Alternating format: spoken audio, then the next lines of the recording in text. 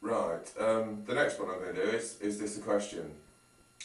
Basically, I heard that this was a question on a philosophy exam, you know, like an urban legend that you hear this, that and the other from your friend or whatever it was. One of my friends went to university in Cambridge, not university, Cambridge University, but a university in Cambridge anyway.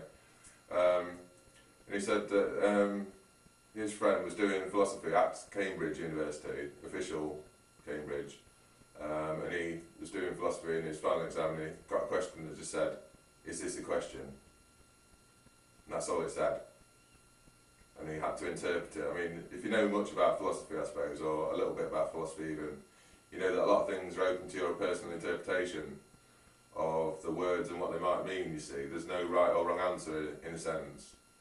Surprise, surprise, you know, there's three possible answers, but that's, you know, that's the nature of philosophy really. It's sort of exploration and arguing your own point. I think a lot of academic topics are, but anyway, is this a question?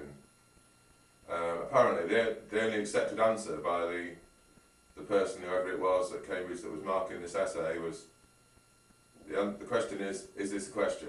Just print on text, yeah? Question number 1, for example. Apparently the only answer was, only if this is the answer. Which is a good answer, okay? Now, I like that a lot. It's not 100% accurate, so to speak, because it's only a singularity rather than 3 things simultaneously. But even so, I do like that a lot. You know, I love knowledge and stuff, you know, and that's just wonderful, that one, right? Is this a question? If this is the answer, right? It's the same as the chicken and the egg, same as everything really. There's 3 simultaneous potentials to this. So this is a question, it's possible to say. This is not a question, it's possible to say. And this is neutral. I've stated them as singular, simultaneously possible on my website, protheory.com. Is this a question? This is a question. This is not a question plus neutral simultaneously. And then I've put, am I wrong, like I have on all the other essays. I simultaneously oppose, agree with, neutralise all criticism.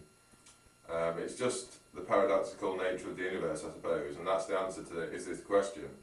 But it's extremely good. There's a lot of these in Buddhism as well.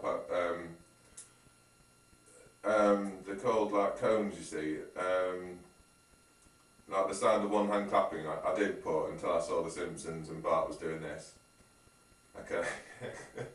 Which is, that is so sharp, you know, The Simpsons. Like I say, just to do the one hand clapping, you know, if I didn't know what I do know about the universe, as in the 3, the 1, 2, 3 and everything, negative, positive, neutral, that would have got me, you know.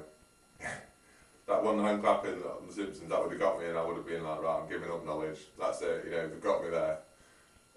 It's a good job, I know what I know. But anyway, that was another one I was going to do. But that's is this a question?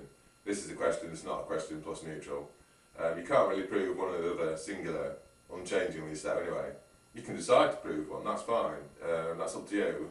You can say, well, a question means asking something. So if it's got a question mark, then surely it's a question. You can say that. That's fine as well. All I'm saying is, in pure theory and ultimate thought, fundamental thought, there's 3 possibilities, but there also isn't plus neutral simultaneously ad infinitum, okay?